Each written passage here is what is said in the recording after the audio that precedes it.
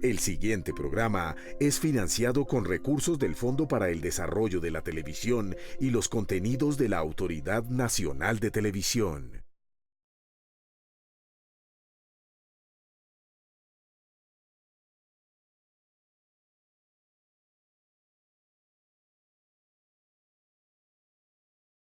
Dices que te quieres ir del país y te vas a meter en la boca del lobo. Te olvidaste las masacres, la operación Génesis, los paramilitares que controlan toda esa zona. Allá por lo menos me voy a sentir útil.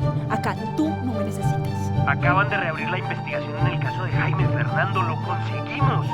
Al señor Germán Bernal y a Marco Rodríguez, a ellos los desmembraron. Que en ningún momento, antes de disparar, se da cuenta de que son miembros de una familia.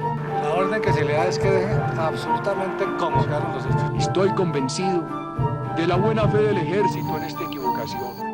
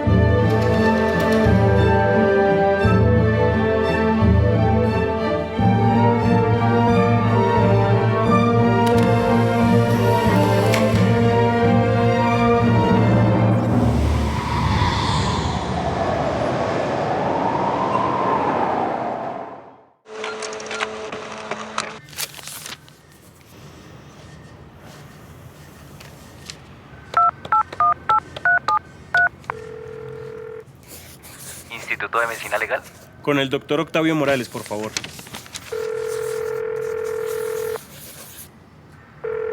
Sí, dígame. Octavio, Carreño, estoy mirando el protocolo de necropsia. ¿Y viste la página 6? Ahí tienes el detalle del punto de impacto de la bala. A la altura de la nuca. Perfecto, gracias, Octavio. Esto era.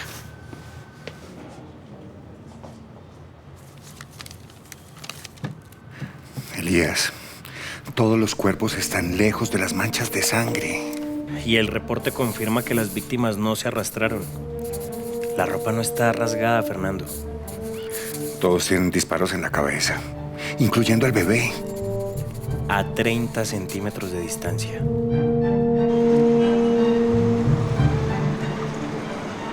Evidentemente esto no fue un error como dijo el presidente. Ahí está pasando algo en esa zona, Elías. 2 masacres en menos de un año.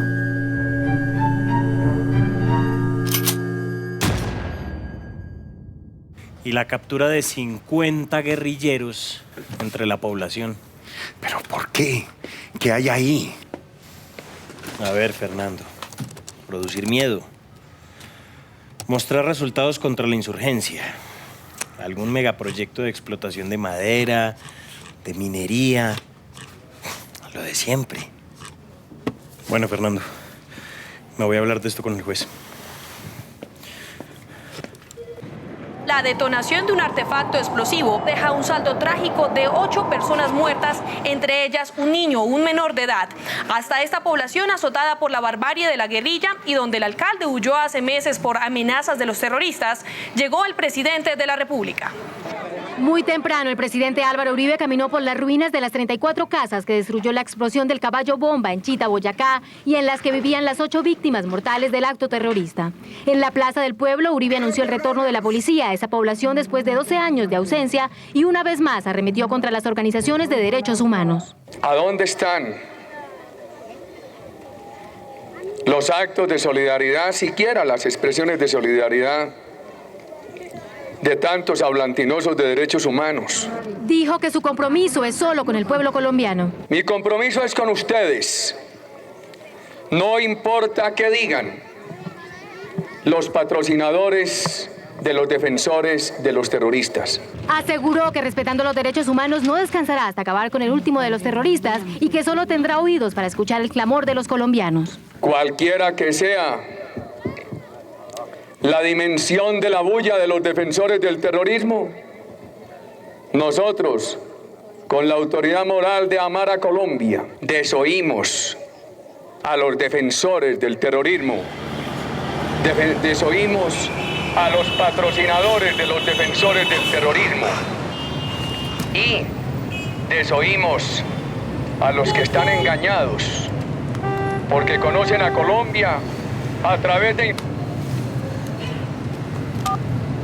Transfiriendo al buzón de mensajes. Marcela, por favor, llámame cuando puedas. Besos.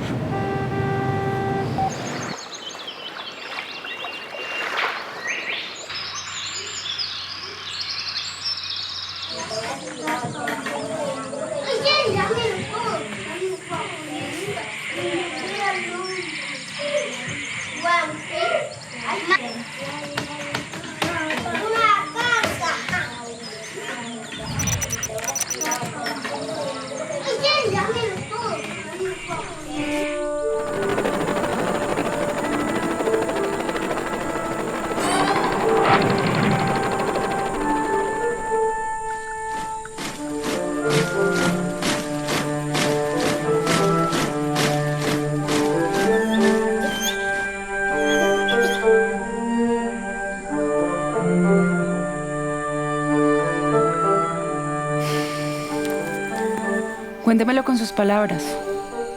Tranquilo, tómese el tiempo que necesite.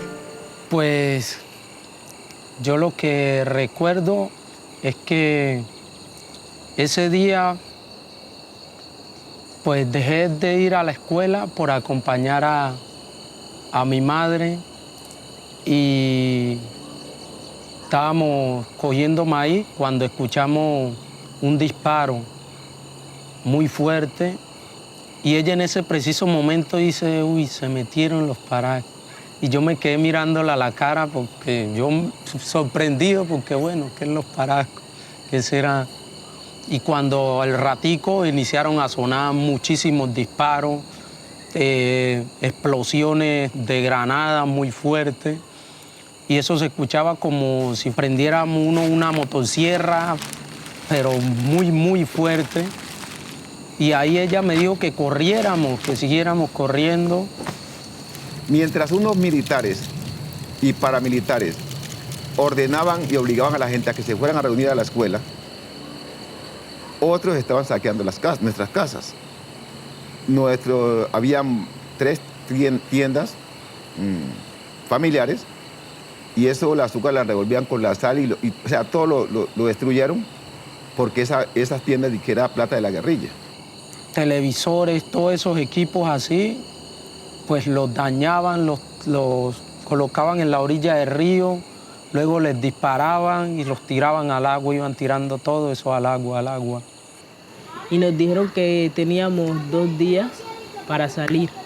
En esos 2 días la gente en lo que podía, algunos en chalupa, otros en champa, en balsa, en lo que podía, se iba hacia Turbo. Somos muchas las madres que hemos sufrido y muchas madres que hoy en día ya fallecieron por causa de que les tocó alumbrar en el medio de desplazamiento en la huida, les tocó tener los hijos. Les tocó tener los hijos en el viaje, viajando, huyendo en las montañas con el desplazamiento.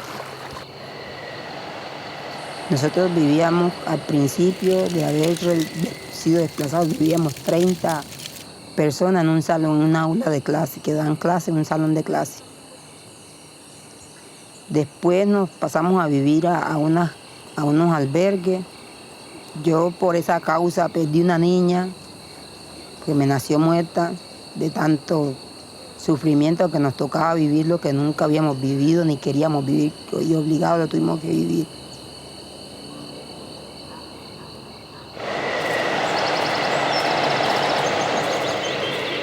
Fue algo muy triste la llegada a nosotros aquí. Yo lloré mucho. A pesar, lloré de la emoción de regresar nuevamente aquí a mi tierra. Y también lloré de la desolación, de ver lo que ya habíamos dejado, todo destruido.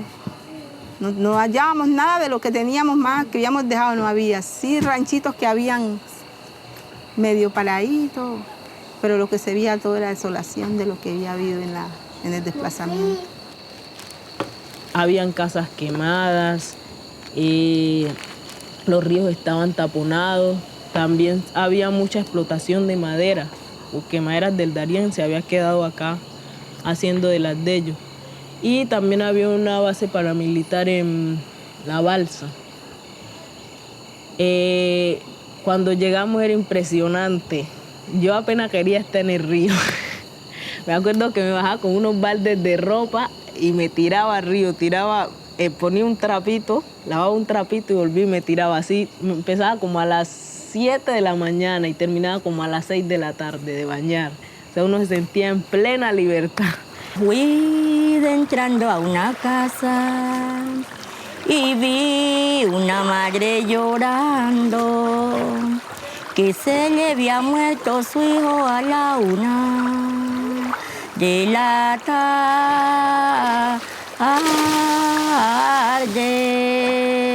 Ay, Bárbara, y ay, Bárbara, divina reina.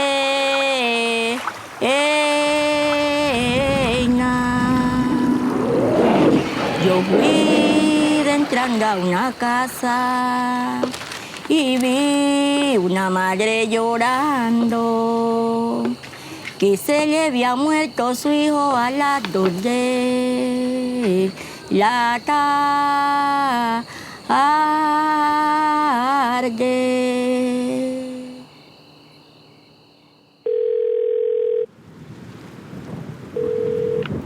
Marcela, ¿cómo estás? ¿Todo bien? Sí, todo bien. Pues no te puedo negar que ha sido difícil. Hay traumas severos, especialmente en las mujeres y en los niños, pero bueno, ahí vamos, poquito a poco. Me imagino. ¿Y tú, cómo estás? Aunque no lo creas, extrañándote como loco. Marcela. Sí, acá estoy. Necesito que vuelvas. Mira, te prometo que voy a sacar tiempo para nosotros. No prometas cosas que no puedes cumplir. Ya sabemos cómo termina eso. Pero Marcela, por lo menos dame una oportunidad. Hablamos luego.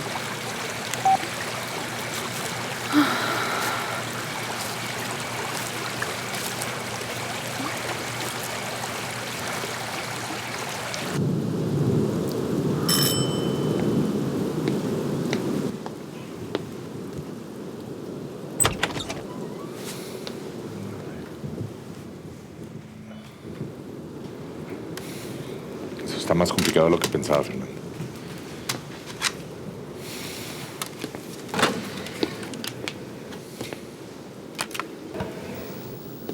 ¿Tiene algo de tomar? ¿Un whisky? ¿Tan grave es la cosa?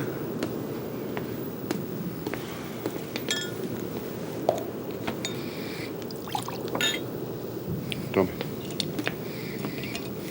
Es Rafael García, jefe de informática del DAS, que está detenido por borrar expedientes de los narcos. Mire, Fernando, yo no estoy de acuerdo con esta guerra jurídica que ustedes tienen contra las fuerzas militares. Pero si lo que dice este tipo es la verdad, aquí tienen que rodar cabezas. Estamos llegando a unos niveles de corrupción que son inadmisibles.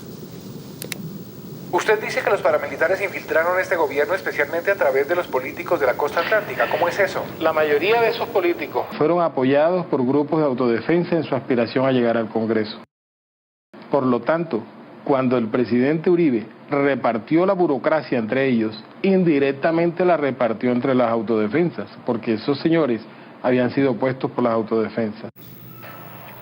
Es decir, la burocracia en el primer gobierno del presidente Uribe, sin decir que él fuera consciente de ello, fue repartida entre los jefes de las AUC.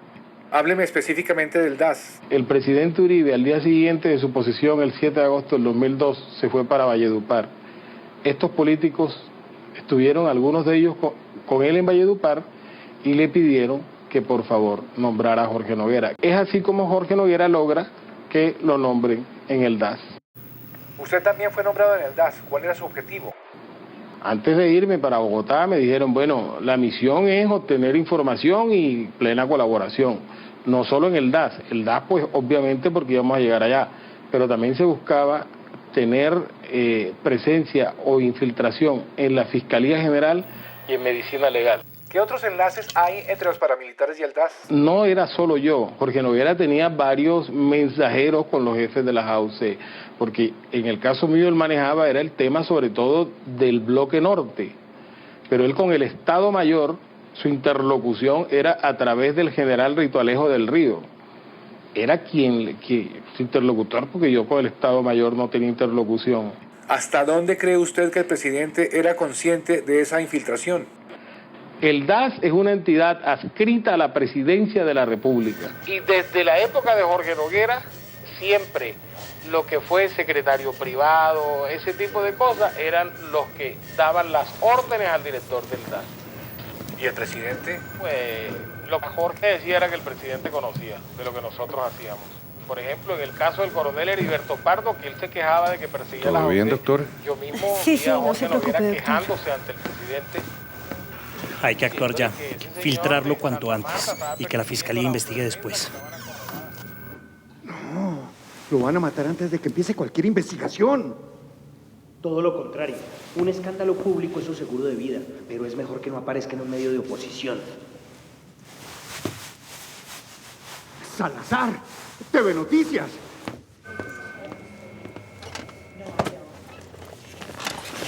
Sácate 2 copias, Juli. Vamos a hacer un informe con todo lo que sabemos del DAS. Jaime Garzón, Correa de Andrés, los profesores. ¡Vamos con todo!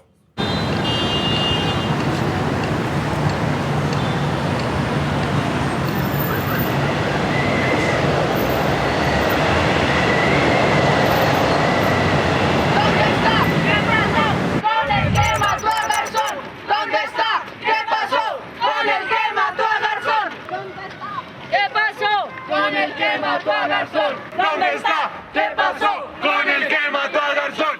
¿Dónde está? ¿Qué pasó con el que mató a Garzón? ¿Dónde está? ¿Qué pasó con el que mató a Garzón?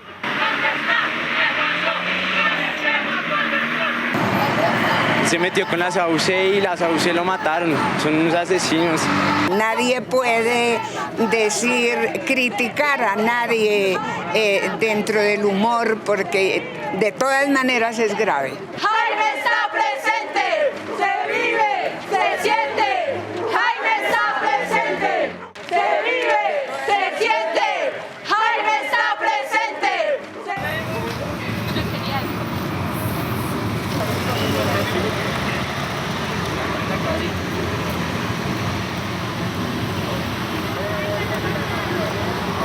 Que este caso se reabriera fue todo un logro. Pero en Colombia, los logros se extinguen bajo el peso de la impunidad. Sabemos que existen varios sectores de ultraderecha, enquistados en el DAS y en el ejército, que impiden el desarrollo de este proceso. ¿Qué hay de los crímenes de lesa humanidad cometidos por las FARC? ¿Cuándo veremos una investigación de ustedes sobre ellos? Normalmente los casos de la guerrilla se investigan y se sancionan, pero el Estado no hace efectivas las órdenes de captura.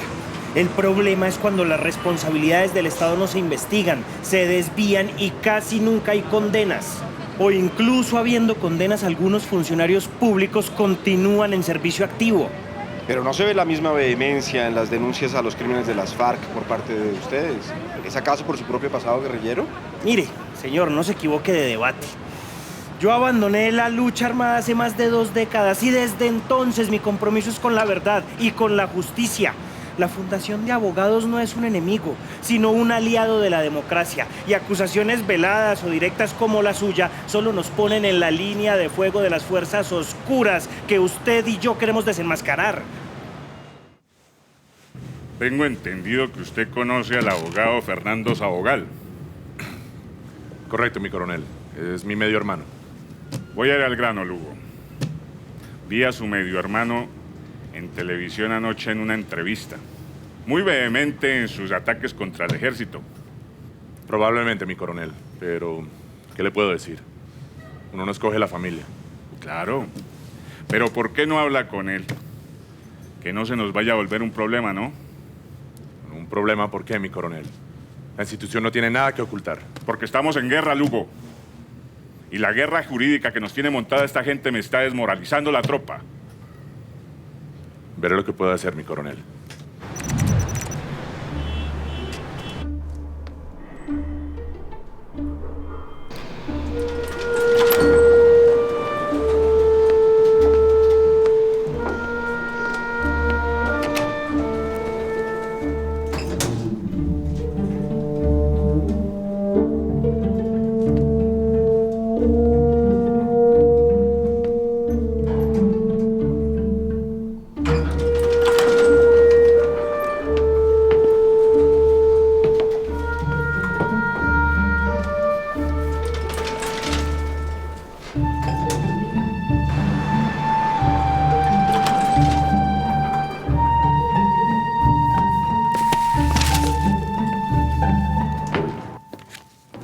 Cajamarca. Los técnicos que efectuaron el levantamiento encontraron que las manchas de sangre estaban a 4 y 12 metros de los cuerpos, pero según el examen forense, las víctimas no tienen señales de haberse arrastrado. Con ropa en la que tampoco encontramos residuos de disparo a nivel macroscópico, sin señales de arrastre ni en la ropa ni en el cuerpo. También llamó la atención de los investigadores forenses el hecho de que los 5 cuerpos presenten certeros disparos en la cabeza, 4 de ellos en la nuca, cuando la versión de los militares siempre habló de un tiroteo en la oscuridad y la niebla a una distancia de más de 30 metros. Las condiciones meteorológicas difíciles, bastante oscura, y las condiciones atmosféricas bastante neblina.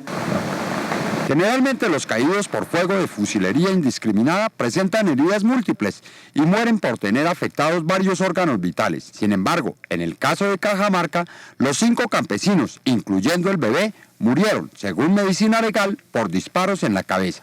A esto se suma el análisis balístico de la camisa de uno de los adolescentes muertos, que indica disparos a muy corta distancia. Los disparos fueron realizados en un rango entre 30 y 60 centímetros aproximadamente, comprendidos entre la boca de fuego del arma y las superficies impactadas.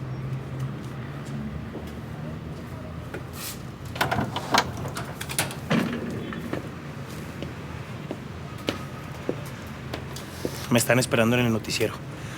¿Dónde está la copia del disco? Aquí tiene, doctor. Bueno, lo que fue, fue. La detonación de un artefacto explosivo atribuido a las FARC en el Parque Central y a plena luz del día. ¿Qué hubo, Carreño? Vamos a ver esa revelación con que me voy a ganar el ascenso.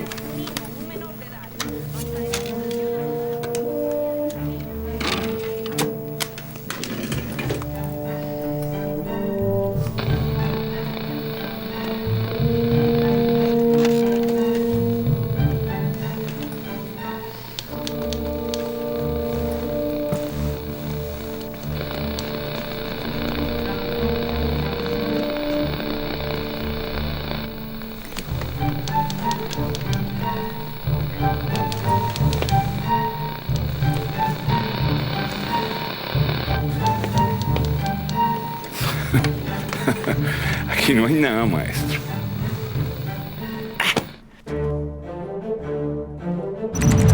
Cuando eso salga al aire, hay que cuidarse, Fercho. Yo mismo vi a Jorge Noguera quejándose ante el presidente. Estamos hablando de un caso específico de corrupción que implica a varios oficiales del ejército. Las tropas del Ejército Nacional eran conducidas por usted. Cuando patrullaban, esas tropas del ejército quedaban bajo mi mando. Yo soy un convencido de que el 99% de las personas que murieron en esta guerra son inocentes.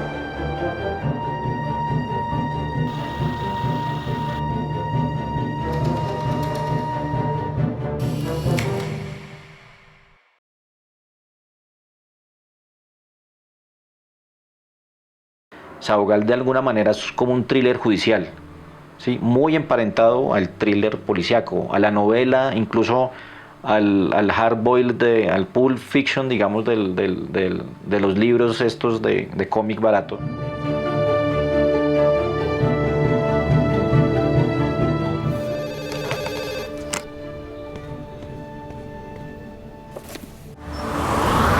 ¿Preocupado? Cuando eso salga al aire,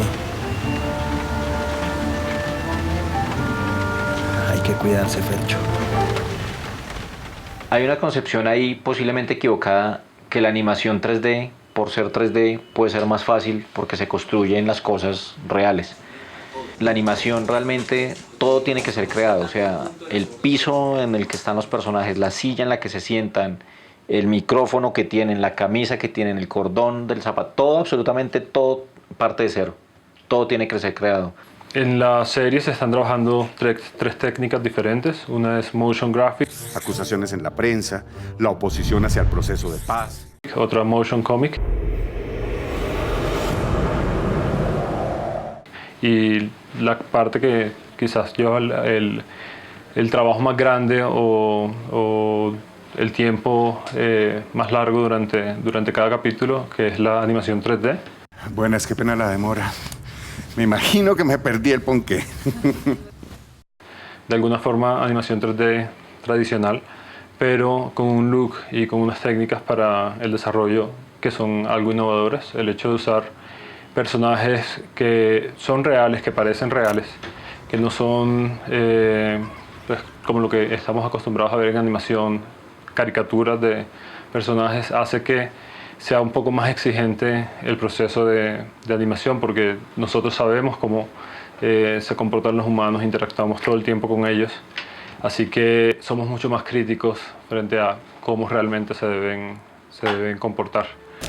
Aquí hay serias acusaciones contra el DAS, contra la inteligencia y contra la brigada de aquí de Barranquilla. Episodio 6, escena 1, planos 2 y 8, carre, toma 3. Mil gracias, Octavio. Te llamo luego. La captura de movimiento básicamente es un proceso mediante el cual capturamos el movimiento ya sea de un objeto o de una persona mediante un sistema de cámaras o de giroscopios. Existen muchas técnicas para capturar ese movimiento. ¿Cuál es la intención? Capturarlo y pasarlo al mundo digital. En nuestro caso, nosotros usamos un sistema óptico que mediante unas cámaras y unos sensores ubicados en el cuerpo o en el rostro de un actor, capturamos ese movimiento y lo transferimos a los computadores para que sea aplicado en un modelo tridimensional o en un proceso de animación. La otra técnica es motion comic, que es de alguna manera un intermedio entre animación tradicional e ilustración, más hacia el lado de la ilustración animada. El motion comic es una técnica de 2 dimensiones que le da prioridades a la ilustración en sí misma. O sea, está influenciada por los cómics impresos y de ahí se desprende la necesidad de moverlos. Queremos con el motion comic que cada viñeta de alguna manera sea una postal específica que después viene a ser animada. O sea, le apostamos mucho más al tratamiento del color y al tratamiento de ilustración que a la animación misma. En cuanto pues a la historia, cuando yo la iba desarrollando, pues sí, obviamente iba descubriendo lo que trataba toda esta historia, pues yo quedé muy sorprendida. Tengo que reconocer que fue algo que me amarró totalmente, o sea, yo quería seguir dibujando porque quería irlo descubriendo a medida que iba leyendo el guión técnico.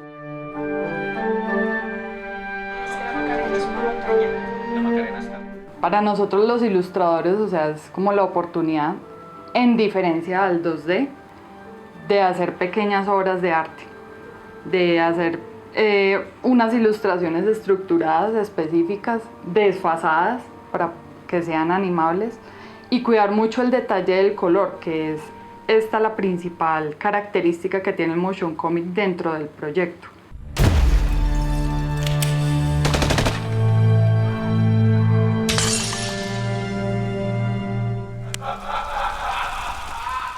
¿Qué tiene la animación sobre quizás sobre lo actoral o sobre quizás ya una puesta en escena totalmente real? Y es que la animación de alguna manera uno puede trabajar hasta el último detalle, ¿listo? Quizás el manejo de planos, quizás el hecho de poder retomar una escena desde diferentes puntos de vista y poderse centrar es algo que quizás de alguna manera no permite la actuación. Hasta que quedé inconsciente. Cuando terminaron lo remataron con un tiro en la cabeza. Yo siento que la composición es como esa capa final, esa mirada crítica que le da un artista a la pieza. Todos, digamos, cuando se trabajan con artistas, sabes que nadie jamás termina una obra, simplemente la deja, la abandona. Y composición es ese punto, ese momento en el que hay que abandonar la pieza y pues tenemos que ser exigentes, tenemos que tratar de abandonarla tan cerca de la visión original del artista, en este caso el director de animación y el escritor del guión. Claqueta visual. Episodio 3, escena 5, planos 49 y 50, Sabocarre, toma 2. Casi 4 años para conseguir este documento, Fernando. Siendo el 13 de agosto de 1999, la testigo declaró que vi como a una distancia aproximada de unos 12 metros, 2 jóvenes en una moto 250.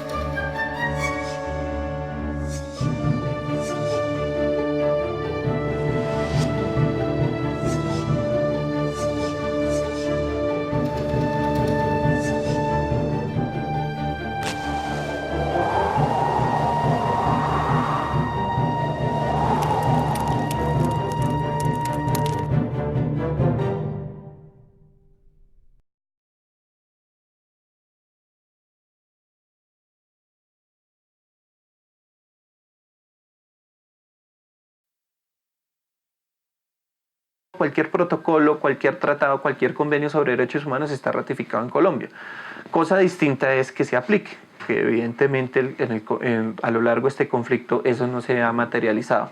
En el sistema interamericano, la vigilancia sobre esas obligaciones que tiene el Estado a partir de la Convención Americana le corresponde a un órgano que se llama la Comisión Interamericana de Derechos Humanos, que su función principal es la de prevenir, la de promover la vigencia de los derechos humanos en el continente y a su vez vigilar que los mismos sean efectivamente respetados y efectivamente garantizados. Aparte de esa función preventiva que tiene la comisión, tiene también una función de vigilancia a partir de casos. ¿Eso qué significa? Que cualquier persona que sea residente de un país que haya firmado la Declaración Americana de los Derechos Humanos, porque la comisión se basa en la declaración, puede enviar solicitud, puede enviar quejas y puede enviar peticiones para que se tramite un caso porque haya sido vulnerado un derecho consagrado en la Declaración Americana o en la Convención Americana. Entonces, ¿qué herramientas se pueden tener los ciudadanos colombianos al respecto?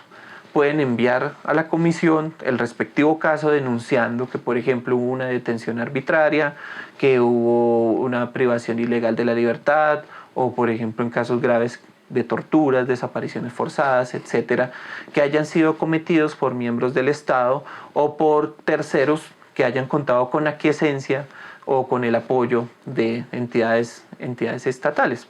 Eso se puede enviar a la comisión y se tramita un caso, el caso en el cual tiene pues distintas etapas donde hay que agotar una etapa de admisibilidad primero, después de la etapa de admisibilidad se agota una etapa de fondo y finalmente la comisión decide si hay una violación o no de determinado derecho.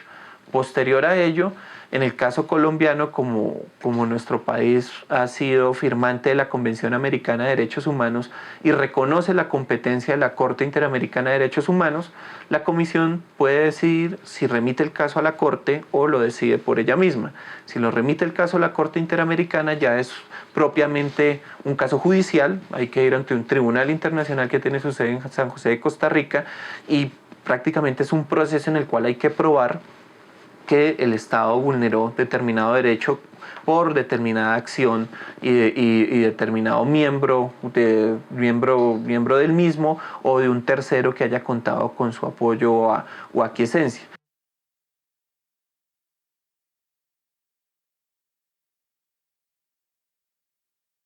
Yo pienso que nos enfrentamos primero contra un Estado que no ha resuelto en su ámbito interno esas situaciones tan graves de violaciones de derechos humanos, que las personas deben llevar ante una instancia internacional esos reclamos para escuchar algo de justicia. Eso por sí ya habla muy mal del Estado. Es un Estado que no le da a sus propios ciudadanos soluciones y remedios a sus reclamos, y particularmente en casos tan graves, o sea, está fallando indudablemente.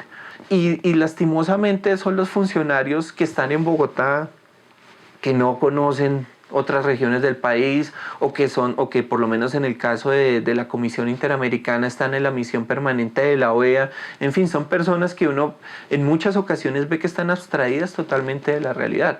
O sea, que viven como en un mundo y que piensan que lo que se está sosteniendo por parte de los abogados es argumentos de mamertos, o sea, argumentos de personas que se la pasan criticando todo, porque siempre se dice que los defensores de derechos humanos no les gusta absolutamente nada, que esos abogados no ven nada positivo. O sea, enfrentarse contra el Estado, en primer lugar, frente a esa contradicción que hay de que nos deben garantizar, y en segundo lugar, muchas veces contra funcionarios que no tienen ni idea dónde están metidos, dónde están parados. O sea, uno se enfrenta en ese escenario, y a veces parece que fuera un diálogo de sordos, porque no comprenden muchas cosas de las que uno va y plantea.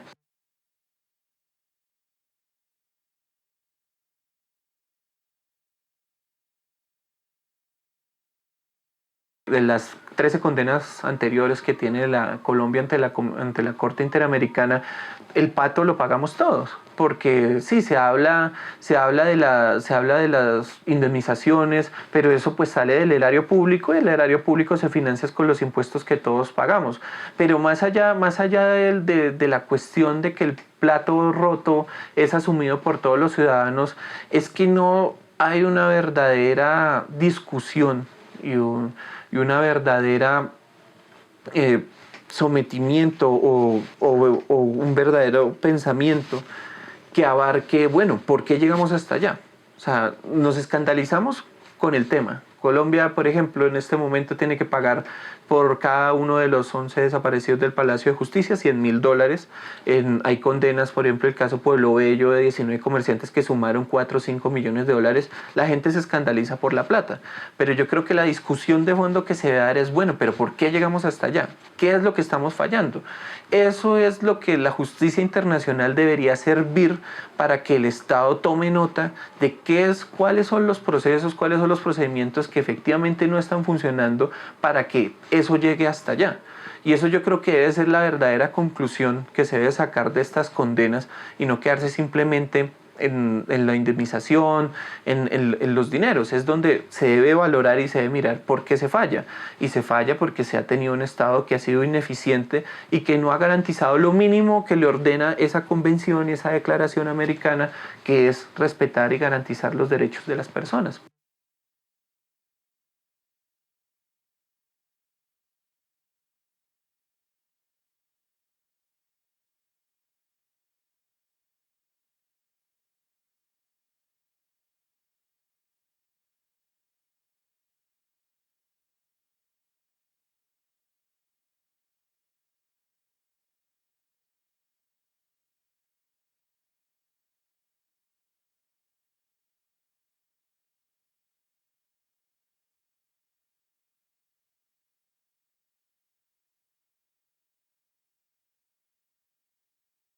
Como lo decía anteriormente, Colombia ha suscrito cualquier cantidad de tratados, de convenios, protocolos, pactos que uno se imagina en materia de derechos humanos. Pero ahí está nuestra gran tragedia como nación, la falta de Estado en aplicar efectivamente eso.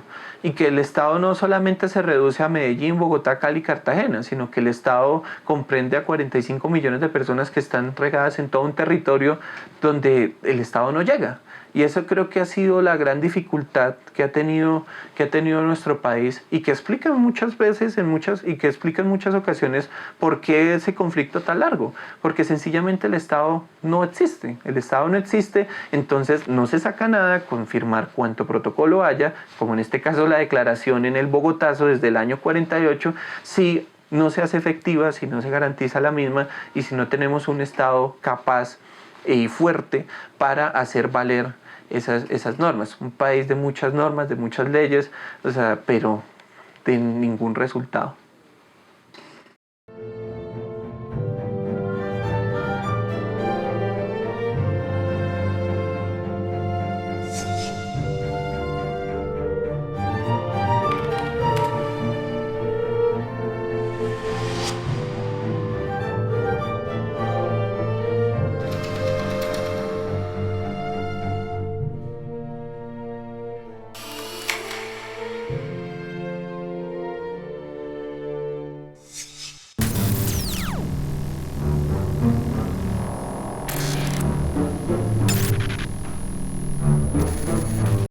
El anterior programa fue financiado con recursos del Fondo para el Desarrollo de la Televisión y los contenidos de la Autoridad Nacional de Televisión.